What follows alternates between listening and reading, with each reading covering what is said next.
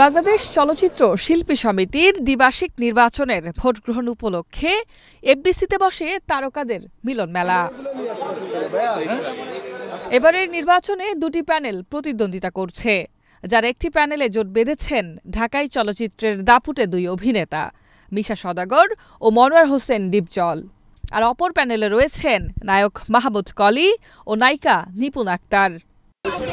ভোটের পরিবেশ খুবই শান্ত এবং খুব ভালো পরিবেশে আমরা ভোট দিচ্ছি। এটা আসলে আমাদের খুবই ভালো লাগছে।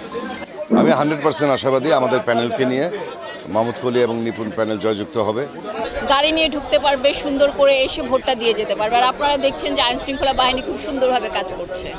পছন্দের প্রার্থীকে ভোট দিতে পেরে খুশি তারকা ভোটাররা।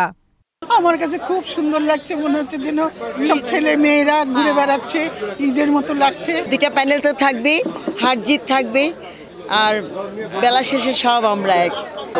ভোটার উপস্থিতি বেশ ভালো এবং যত টাইম বাড়বে অত ভোটার উপস্থিতি আরও বাড়বে।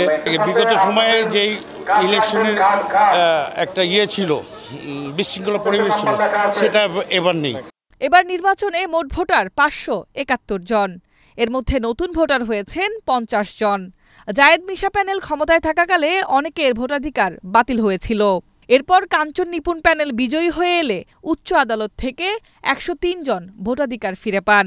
নতুন ও ভোটাধিকার ফিরে পাওয়া 153 জন ভোটার এবারের নির্বাচনে প্রভাব ফেলতে পারেন বলে মনে করেন অনেক শিল্পী। H Mitu, Asian television, Dhaka.